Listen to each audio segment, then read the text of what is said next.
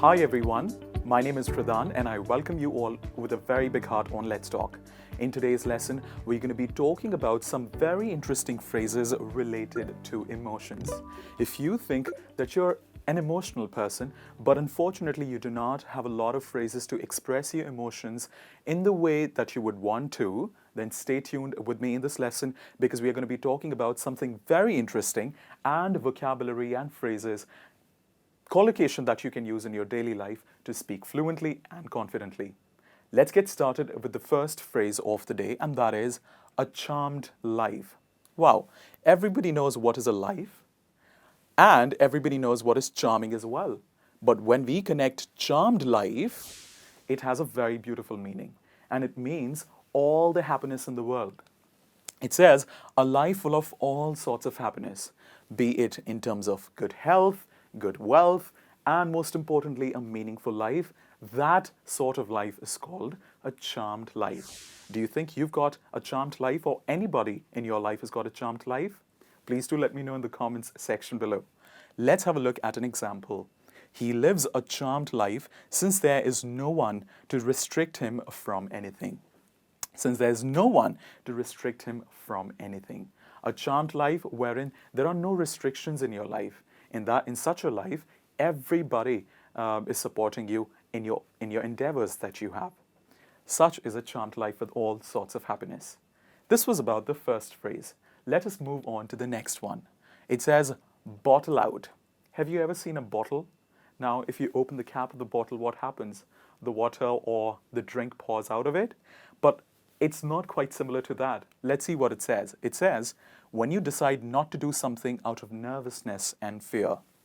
It happens to all of us. Such an emotion is always there. Nervousness is and fear is a very prominent and important emotion that we go through in our daily lives, because of which we can as well become very motivated or demotivated. Bottle out here means to not do something because of nervousness and fear. Do you think it is a good idea not to attempt onto doing something because of this? Well, I don't think so. Let's see how we can use this in the form of an example. It says, he has decided to bottle out from the competition because of the lack of confidence. That means he has decided not to participate in the competition because of the lack of confidence. Was there any competition in your life that you bottled out from because you thought it was very nervous? Please do let me know.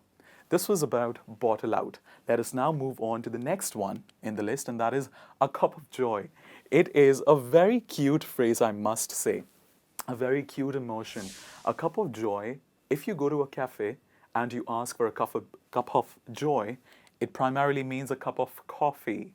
Now, if you think that you're somebody who likes coffee a lot, you can, instead of saying, can I have a cup of coffee, you could say, can I have a cup of joy? Because joy here represents coffee. Let's see how we can use this in the form of an example. Hello, could I have a cup of joy, please? It makes your English really interesting and really cute when you say a cup of joy. And somebody who does not know what is a joy can as well be told that it actually means coffee when you go to a cafe or somebody's house, as a matter of fact. Let's move on to the next phrase in the list. Very cute phrases, I must say. Bleeding heart. Now, this seems to be something really strong. What is a bleeding heart? What sort of an emotion is it? Pause the video and check if you can guess the correct meaning before I tell this to you.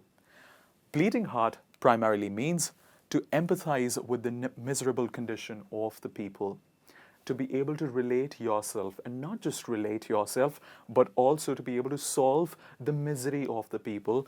That person is called a bleeding heart. Can you think of somebody in your country who has a bleeding heart? For example, Mother Teresa was a real bleeding heart. She did everything she could for the development of the weak and poor. Absolutely, I totally agree with this. Mother Teresa was one such woman who gave herself to social issues and community in our society. And I think she truly, truly had a bleeding heart. Let us now move on to the next phrase. It is field day. Field day is actually related to a happy emotion. It means having a very good day. For example, if somebody says, "So man, what's up? How's your day going?" Or, "Hey babe, what's up? How's your day going?" You can actually say, "Having a field day. Thank you very much." For example, "I hope you're having a field day on your weekend getaway with your friends." I hope you're having a field day with your friends on the weekend getaway. What is a getaway? Getaway is a short trip that you take, let's say, over a weekend to just relax and wind down with your friends. This was about field day. Let us move on to the next phrase. The next one is blow off steam. A lot of people also misunderstand it with stream. There's no need to add ra here. It is steam. Blow off steam means to shout with anger. Do you have this emotion when you feel really, really, really angry on something and you just want to shout out? Well, such emotion is actually termed as blow off steam. For example, he blew off steam when he heard that he has been blamed of stealing the official documents from the office. He blew off. Now, if you see blew is the past form of blow. And thus, because we are talking about something that happened in the past, we are saying he blew off steam when he heard that he's been blamed of the official documents, stealing of the official documents. Let us now move on to the next phrase. The next one is ginger up. Ginger, have you seen a ginger? A vegetable of a sort which people primarily add in their teas, which acts as a very good antioxidant. It is that. But let's see, when it comes up with a preposition up, the phrasal verb has a very interesting meaning. It means to make something more lively or interesting. Whatever you do in your life, when you add a little bit of spice in terms of, let's say, communication skills, when you speak in a little different way, what are you doing? You're making your conversation lively. You're making your conversation all the more interesting. And that is called gingering up. For example, she always gingers up the energy of the room. She walks in with a bright and beautiful smile. So she, a girl, has got a beautiful smile. And because of that, she gingers up. That means makes the environment lively and interesting wherever she goes. Let's move on to the next phrase. The next phrase is, give me a break. Now, I think you must have seen and heard this phrase before. Not something which is unheard of. What does it mean? It means when it is hard to believe on something, it actually comes as a response, a quick response. A quick response. For example, the president has been murdered. Give me a break. So the person is actually questioning because it's an interrogation here. The president has been murdered. So somebody else says, give me a break. That means I'm really shocked. I can't believe that. Let's move on to the next one in the list. And it is green-eyed monster, and it means feeling jealous. Now, green-eyed monster can be used in the first person, such as in the example here. Her green-eyed monster.